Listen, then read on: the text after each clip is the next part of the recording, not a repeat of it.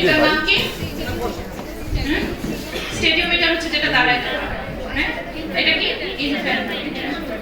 এটা ইনফ্যান্টোমিটার। এটা দিয়ে আমরা কি করি? বাচ্চাদের লেন্থ দেখি। বিলো 2 ইয়ার্স চিলড্রেন যারা, তাদের আমরা এখানে লেন্থটা দেখি। লেন্থে দেখার সময় বাচ্চার এটাকে বলা হয় হেড, ওইটাকে বলা হয় কি? Head board. এটা হচ্ছে ফুট বোর্ড। হেড বোর্ডটা ফিক্স থাকে। এখন তুমি যদি মাথা এদিকে রাখো তাহলে সে মাথায় ব্যথা পেতে পারে, বারে বারে ইনজুরি হতে পারে। সেজন্য হেড বোর্ডটা ফিক্স থাকবে, ফুট বোর্ডটা করবে। ঠিক আছে? সেই ক্ষেত্রে আমার একজন হেল্পার লাগবে। সাধারণত বিলো 2 ইয়ার্সের বাচ্চাদের আমরা ইনফ্যান্টোমিটারে লেন্থ নেই, এটাকে বলা হয় সুপাইন লেন্থ। ঠিক আছে? তো বাচ্চাকে সাধারণত যেটা আমরা করি, বাচ্চার মাথাটা ওইদিকে রাখি। রাখার সময় কিন্তু একজনকে আবার অ্যাসিস্ট করতে হবে। সে অ্যাসিস্ট করবে মা। মা কি করবে? বাচ্চার মাথাটাকে, বাচ্চা তো সে নড়াচড়া করবে, সে কাঁদনাকাটি করবে, অস্থির ফিল করবে। বাচ্চা বা মার বাচ্চাটার মাথাটা ধরে ওখানে ফিক্স করে রাখবে, আর সে তো পাও নাড়াবে, তাই না?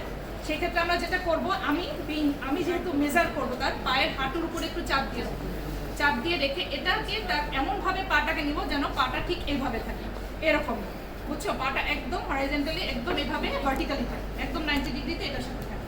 তাহলে আমি নিয়ের উপরে চাপ দিয়ে পাটাকে এভাবে সোজা করে ধরবো, বাস ছেড়ে দেবো। এখানে আমার লেন্থের এখানে আছে, হ্যাঁ? এটা হচ্ছে 50 ইঞ্চ, মানে এটা হচ্ছে 50 ইঞ্চ বা 125 সেন্টিমিটারের একটা বোর্ড। এখানে যেখানে তোমার আসবে, যেমন ধরো এখন আসলো ধরো 86, তার মানে ওর লেন্থ হচ্ছে সুপাইন লেন্থ 86। হ্যাঁ, সাধারণত জন্মের পরে লেন্থ কত থাকে? নিওনেটার অ্যাট বার্থ লেন্থ কত? 50 সেন্টিমিটার। 50 সেন্টিমিটার, ঠিক না? 1 বছরে একটা লেন্থ হয়, 2 বছরে আরেকটা লেন্থ হয়, কিন্তু এক বার্থের লেন্থ হচ্ছে 50 সেন্টিমিটার।